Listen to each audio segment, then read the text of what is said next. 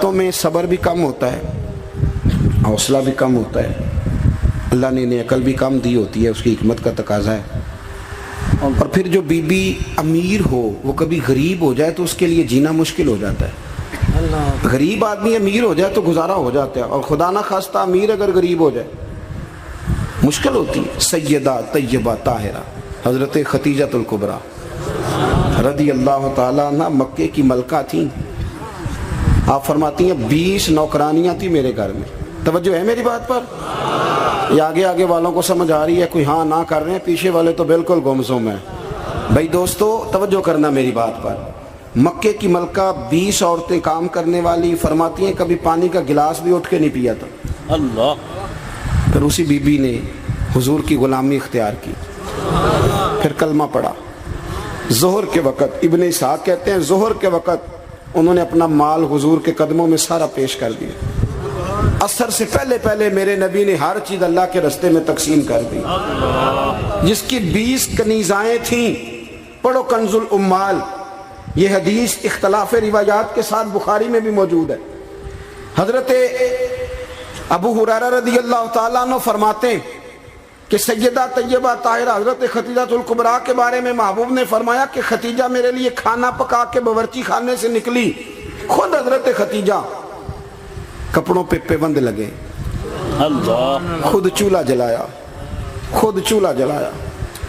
اور وہ be be جس کے پاس ہر گھنٹے کے بعد نیا سوٹ تیار پڑا ہوتا تھا، اس کے کپڑوں کو پیوند لگے۔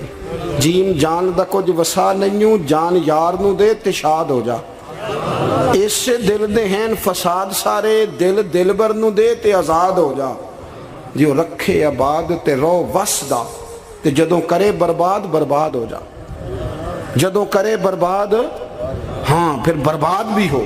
صرف سکھ لینے کے لیے نہ ہو، وَلَنَبْلُوَنَّكُمْ بِشَيْءٍ مِّنَ الْخَوْفِ وَالْجُوعِ وَنَقْصٍ مِّنَ الْأَمْوَالِ وَالْأَنفُسِ وَالثَّمَرَاتِ۔ یہ تو شہادت گاہ الفت میں قدم رکھنا ہے۔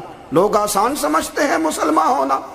حضرت خدیجہ کھانا پکا کے نکلی، کپڑوں پہ پیوند لگے ہوئے، اور سادے سے برتن میں جب کھانا لے کے آئی نا، حضور کے سامنے کھانا رکھا تو اللہ کے رسول علیہ السلام غور سے سیدہ خدیجہ کو دیکھنے لگے، غور سے دیکھنے لگے۔ حضور کیا دیکھ رہے ہیں؟ تو محبوب فرمانے لگے خدیجہ تیرے آنے سے پہلے پہلے جبریل امین آ گئے۔ ہر واقع کہہ رہے ہیں یا رسول اللہ خدیجہ کھانا لے کے آ رہی ہے، اور رب فرماتا ہے جب خدیجہ کھانا لے کے آئے تو اسے اس کے رب کا سلام کہہ دینا، اسے اس کے رب کا۔ ہاں بھائی جب قربانی آپ دیتے ہیں، قربانی اس وقت جو اعزاز ہوتا ہے وہ بدل جاتا ہے۔ حضرت خدیجہ نے قربانی دی، نبی پاک کی 4 بیٹیوں نے قربانی دی۔ حضور کی کتنی بیٹیاں؟ بول کے بتاؤ، بول کے جی۔ یہاں بڑے بڑے دس دے کیوں نہیں جی، کنیاں نہیں، اللہ آپ کو خوش رکھے۔ 4 بیٹیاں حضور کی۔ یہاں بڑے بڑے لوگ اب نہ لوگ عمروں کا حساب کرنے لگ گئے۔ مجھے ایک صاحب کہنے لگا جی ایک بندہ کہہ رہا عمر اتنی بنتی ہے تو اتنی بنتی ہے تو 4 کیسے ہو گئی؟ میں نے کہا دین کاؤنٹنگ سے نہیں ہوتا، دین اللہ رسول کے فرمان کا نام ہے۔ وہ کاؤنٹ کرنے سے دین نہیں بنتا بھائی۔ خود رسول کریم نے فرمایا یہ میری بیٹیاں۔ کب؟ حضور کی ایک صاحبزادی حضرت عثمان غنی کے نکاح میں تھی، انتقال کر گئی، نبی پاک نے دوسری کا نکاح کیا تو صحابہ نے عرض کی حضور بڑے خوش نصیب ہیں، عثمان کو آپ نے دوسری بھی دے دی۔ تو حضور نے فرمایا یہ تو میری 2 بیٹیاں تھیں، یہ تو میری 2 بیٹیاں تھیں، میری 40 بھی ہوتی تو ایک کے بعد دوسری انتقال کرتی رہتی، میں ساری عثمان غنی کے نکاح میں دے دیتا۔ نور کی سرکار سے پایا دوشالہ نور کا، ہو مبارک تجھ کو ذوالنورین جوڑا نور کا۔ تو نبی کریم علیہ السلام کی 4 بیٹیوں نے، پتہ ہے آپ کو 2 بیٹیاں ابو لہب کے 2 بیٹوں سے بیائی گئی تھی۔ وہ جتنا لوگ بلیک میل کر سکتے ہیں نا، ایک تکلیف ہوتی ہے جسمانی، ایک نفسیاتی ہوتی ہے، کسی کو تنگ کرنا، اذیت دینا، بچوں کی طرف سے، ماں باپ کی طرف سے، وہ جو نفسیاتی تکلیف ہوتی ہے وہ آدمی کو بڑا کمزور کر دیتا ہے۔ ابو لہب نے پیغام بھیجا کہ یہاں آپ دین کی تبلیغ چھوڑ دیں ورنہ بیٹیوں کو طلاق دے دی جائے گی۔ یہ جو دکھ ہوتے ہیں نا نفسیاتی ذہنی، یہ کرب ہوتے ہیں، یہ سہانے روح بنتے ہیں۔ ابھی نکاح ہوا تھا، رخصتی نہیں ہوئی تھی، یہاں آپ تبلیغ چھوڑیں یا طلاق دے دی جائے گی، میرے حبیب کریم نے فرمایا جو تیرا دل میں آئے کر، لیکن میں پیغام دین لے کے آیا ہوں تو یہ پیغام میں دیتا ہی رہوں گا۔ ان شہزادیوں نے قربانی دی، اظہار کیا، انہوں نے قربانی دی، طلاقیں مل گئی۔ حضرت زینب حضور کی بڑی صاحبزادی، سب سے بڑی شہزادی نبی کریم کی، ان کی بیٹی کے بارے میں صحیح بخاری کی حدیث ہے، صحابہ کہتے ہیں وہ حضور کی سب سے بڑی نواسی تھی جناب زینب کی صاحبزادی۔ جب حضور نماز پڑھنے آیا کرتے تھے تو انہیں ساتھ لایا کرتے، اور حضرت ابو دردہ کہتے ہیں میں نے اپنی آنکھوں سے دیکھا کہ جب حضور قیام میں کھڑے ہوتے تو بیٹی کو دونوں ہاتھوں میں رکھ، میری طرف دیکھیے جی، بیٹی کو دونوں ہاتھوں میں رکھ لیتے، اور جب حضور رکوع اور سجدے میں جاتے تو بیٹی کو نیچے کھڑا کر لیتے۔ حضرت زینب، ان کے بچے بھی تھے پہلے، جناب عمر بن عاص کے ساتھ ان کا نکاح بھی ہوا تھا۔ میری باتوں کی سمجھ آ رہی ہے آپ حضرات کو؟ مجھے دوست کہہ رہے تھے ذرا تقریر لمبی کرنا، میں نے کہا لمبی تو میں کرتا ہی نہیں، خیر الکلام ما قل ودل۔ لمبی تقریر، اعلیٰ حضرت رحمۃ اللہ علیہ نے لکھا ہے کہ کسی بندے نے کسی کا وقت ضائع کیا تو اس نے بھی قیامت میں حساب دینا ہے۔ کوئی بات کھینچ کے کر لی جائے، کسی کو ذرا آگے لے جایا جائے، کسی کو پتہ ہے نا ہمارا نعت خاں کہتا ہے میں آخری شعر پڑھن لگا تو میں کہنا ایکو باری پڑھی جی، ایک شعر 17 باری پڑھی ہے تو آخری نہیں ہوندا، میں 2 شعر پڑھنے میں کہ 2 باری پڑھی۔ اب ایک اور بیماری بھی لگی ہے، ایک جگہ میں حاضر تھا تو کہنے لگے حضرت صاحب میں تو انواج ایک نواں کلام سنانا ہے، میں کہ تو مہربانی کر کے مینوں کو پرانا ہی سنائی، اے نویں باج سوارے بھی کرنے پیندے نے، پرانا سنا، کوئی پیر میر علی شاہ صاحب کا سنا، اعلیٰ حضرت بریلوی کا سنا، مولانا حسن رضا کی کوئی بات سنا، یہ کیا بات ہوئی؟ آمدام برسر مطلب جناب زینب گھوڑے پہ بیٹھی تھی، حبار بن اسود، حضرت زینب کے پیٹ میں بچہ تھا۔ ہمارے ہاں نا مکھی ماری جاتی ہے، حضور کے سارے خاندان نے قربانی دی ہے، سارے خاندان، توجہ رکھنا بات پر۔ جناب زینب کے جسم اطہر میں اولاد تھی، بچہ تھا۔ حبار بن اسود نے نا، وہ بیٹھی تھی گھوڑے پہ تو نیزہ مارا، گھوڑے پر یا اونٹ پر، گھوڑے کو نیزہ مارا، گھوڑا تیز دوڑا، جناب زینب گھوڑے سے گر گئی، ان کے پیٹ میں بچہ تھا، ضائع ہو گیا۔ پھر وہ کافی دیر علیل رہی، اسی بیماری سے ان کا وصال ہوا، وہ شہید ہوئی۔ بڑی تکلیف ہوئی نبی کریم کو، بڑی تکلیف۔ فتح مکہ کے موقع پر نا حبار بن اسود کلمہ پڑھنے آیا، سیرت ابن حشام والے کہتے ہیں جب وہ آیا تو اس نے چہرے پہ کپڑا رکھا ہوا ہے، نبی کریم علیہ السلام کی بارگاہ میں حاضر ہوا تو حاضر ہو کے نا عرض کرنے لگا یا رسول اللہ صلی اللہ علیہ وسلم کو بہت بڑا دشمن بھی آیا تو معاف کر دیتے ہو؟ حضور خاموش ہیں، گردن جھکی۔ پھر کہنے لگا بہت بڑا دشمن بھی آیا تو معاف کر دیتے ہو؟ حضور خاموش ہیں۔ تیسری دفعہ اس نے چہرے پہ نقاب ڈالا تھا نا، حضور بڑا دشمن بھی آئے کلمہ پڑھے تو معافی ہے؟ حضور نے چہرہ اٹھایا تو آنکھوں میں آنسو تھے۔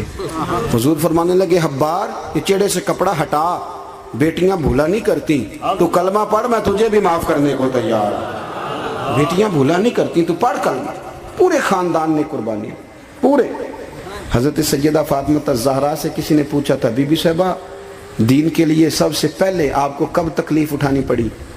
تو حضرت فاطمہ فرماتی میں چھوٹی سی تھی جب میری اماں وصال کر گئی، اور جب جناب ابو طالب وصال کر گئے تو مجھے کسی نے پہلے دن جب میں نے یہ تکلیف دیکھی اور صحیح کسی نے مجھے آ کے بتایا کہ فاطمہ نبی پاک علیہ السلام نا حرم کعبہ میں سجدے میں تھے، اونٹ کی اوجڑی بڑی وزنی ہوتی ہے، حضور سجدے میں تھے، ابو جہل نے 2 لوگوں سے کہا تو انہوں نے اونٹ کی اوجڑی لا کے نا نبی پاک کے سر پہ رکھ دی۔ حضور علیہ الصلوۃ والسلام ساری قوتوں کے مالک ہیں، لیکن بظاہر حضور سر اٹھاتے ہیں تو تکلیف ہوتی ہے۔ فاطمہ نہ ابو بکر صدیق مکے میں ہیں، نہ مولا علی موجود ہیں، تو آپ چلیں گی؟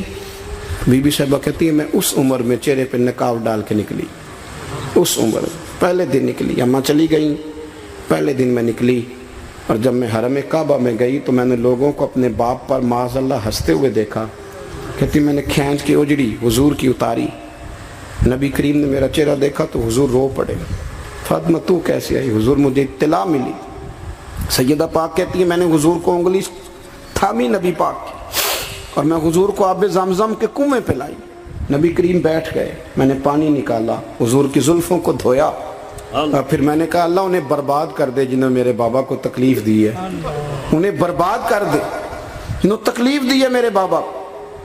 حضرت ابو ہریرہ فرمایا کرتے تھے جن کے لیے سیدہ نے اس دن دعا کی تھی وہ سارے بدر میں مارے گئے، سارے بدر میں قتل ہوئے، ایک ایک شخص نے تکلیف سے حساب، ایک ایک شخص. آپ کو پتہ ہے منافقوں نے سیدہ عائشہ صدیقہ پہ الزام لگا دیا تھا، جاگ رہے ہو؟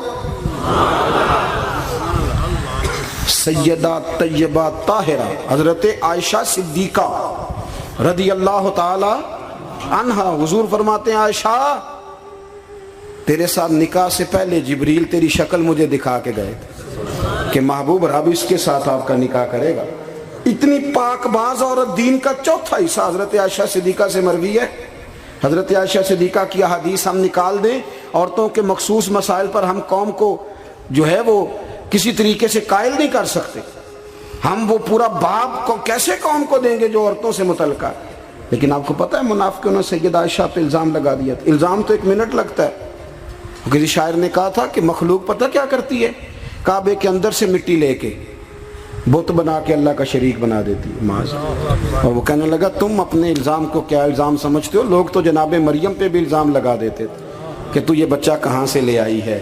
کہنے لگا مخلوق تو فنکار ہے اس درجہ کے پل بھر میں، سنگے در کعبہ سے بھی اصنام تراشے.